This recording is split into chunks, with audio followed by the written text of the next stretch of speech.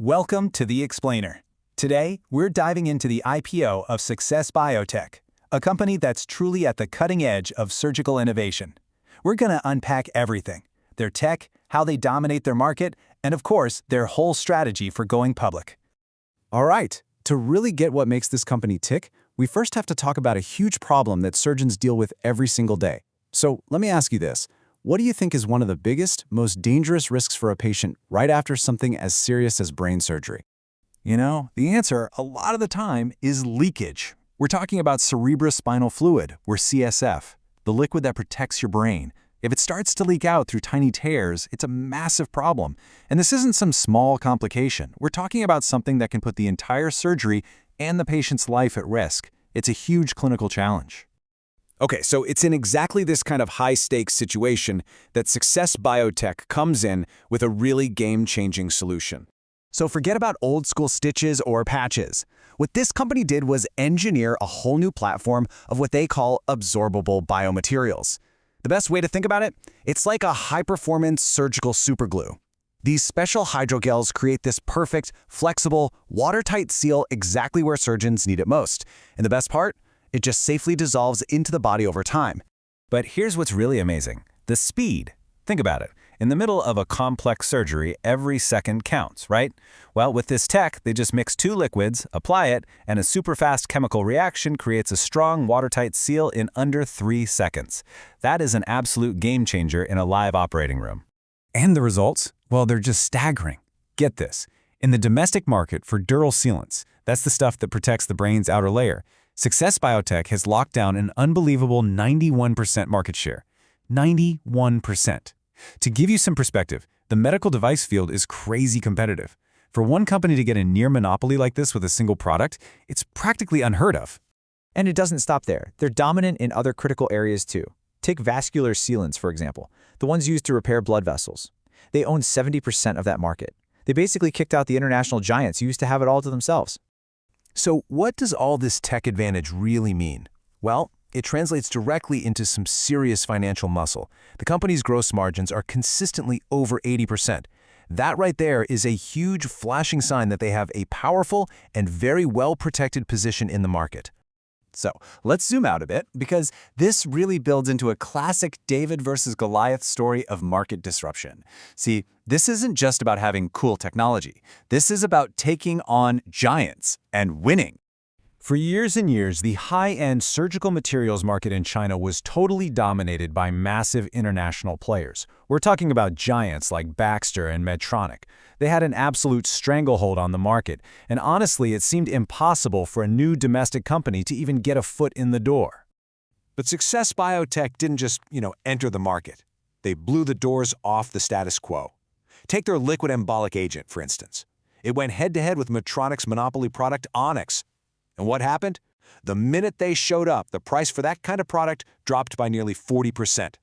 That, my friends, is textbook market disruption.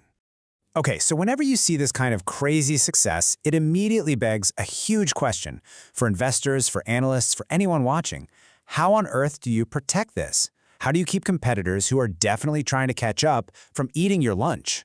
Well, the answer is all about building what Warren Buffett famously calls a competitive moat. Think of it like a castle. It's a set of deep, wide moats around your business that are just really, really hard for competitors to cross. Sometimes, they're almost impossible to get past. And according to research from HDIN, Success Biotech's moat isn't just one layer deep, it's 3. First, you've got the regulatory moat. Getting a new high-risk device like this approved takes a grueling 5 to 10 years. You just can't skip that. Second, there's the clinical trial moat. These trials are astronomically expensive and incredibly complex to run. And finally, you have the technological moat. The science behind these hydrogels, that mix of chemistry and biology, is so advanced that it's just incredibly difficult to reverse engineer. All right, which brings us to the IPO itself. So, what are they going to do with all this new capital? Well, the plan is to use that money to make those moats even deeper and wider, and of course, to start expanding into brand new territory. First things first, let's follow the money. Where does their revenue actually come from? Well, their absorbable dural sealant, that's their big flagship product, is the undisputed cash cow. It's pulling in over 43% of all their revenue. That's the solid foundation they're building everything else on. Okay, and if we look at their plan for how they'll spend that IPO cash, this is pulled straight from their prospectus. We get a really clear roadmap for their growth strategy. You can see they're earmarking funds for some major projects. But the really crucial point here is that this isn't just some random list of projects they want to fund. It's actually a very deliberate strategy. It lines up perfectly with a famous business framework from McKinsey called the 3 Horizons of Growth. This is a blueprint for smart, sustainable, long-term growth.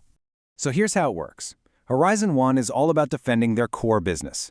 They're putting almost $28 million into expanding production for the blockbuster products they already have. Then, Horizon 2 is about building up their newer emerging business lines, scaling up products that just got approved. And finally, Horizon 3, where they're putting the most money, is all about creating options for the future. We're talking funding some seriously cutting-edge R&D, like creating drug-loaded gels to treat cancer. And that brings us to the final piece of the puzzle, the road ahead. Because for any company, no matter how successful, the future is always a balancing act between huge opportunities and pretty significant risks. The biggest risk, without a doubt, is policy. There's this government program called Volume-Based Procurement, or VBP. Basically, the government says, we'll buy a ton of your product, but you have to give us a much lower price. It's designed to cut healthcare costs, but it puts major pressure on companies. And as you can see with their hemostatic powder, this isn't a future problem. It's already hitting their bottom line. And it's not just pricing pressure. If you read their prospectus, they're pretty open about the other risks. You know, the big R&D projects they're funding, there's no guarantee they'll all pan out. That's just the nature of science. Plus, they're building all this new production capacity with the IPO money, and there's always the risk that the market might not absorb all that new product right away. But even with those risks, their ambition is crystal clear. They say it right in their filings. The goal is to evolve from being a technology-driven leading enterprise into a platform-based international company. They want to take the show on the road and compete on the global stage. And so, this really leaves us with the big, final question, doesn't it? The IPO gives them the fuel, but the real journey is just getting started. Can a domestic champion, a company that built its entire success on knocking off foreign giants in its own backyard, really turn around and navigate the intense pressures of global markets and international policy? How they answer that question? Well, that's going to be the next and most important chapter of their story.